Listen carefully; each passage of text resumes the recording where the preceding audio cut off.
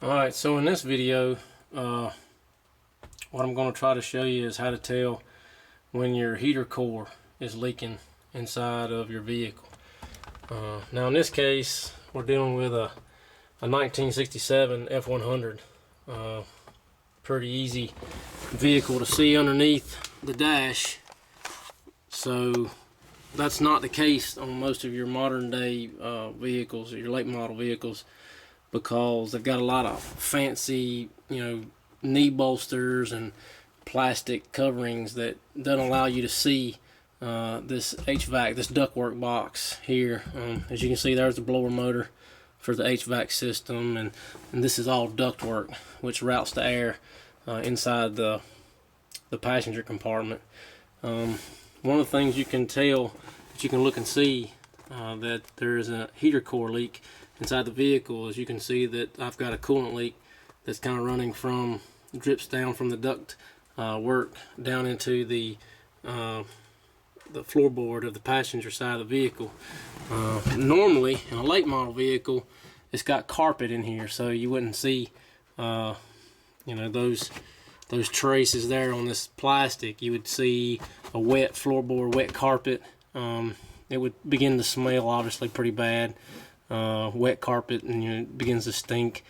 The water in it would anyway, but the coolant has kind of a, I guess the only way to describe it is a sweet smell, but it's pretty obvious that you're smelling something inside the compartment that's not normal, something different. You can also see, if you look real close, there's some water or coolant, as you can see, running down inside the compartment there as well, underneath this plastic mat. Also, if we look underneath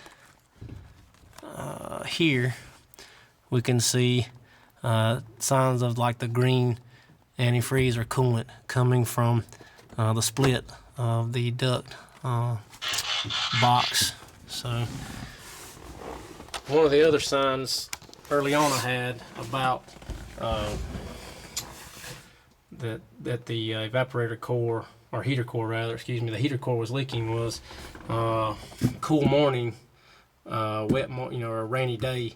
You would turn the defrost on in this vehicle, and rather than seeing the windshield become defogged, it actually got worse.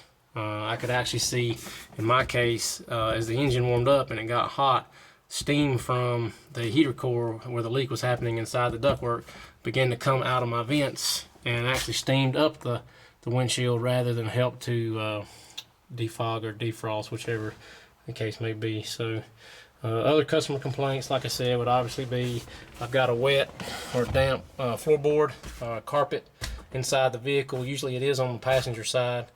They may begin to complain of an odor or a smell, like antifreeze, a sweet or wet smell inside the passenger compartment, as well as they see damp or moisture on the windshield when they get in the vehicle in the morning. So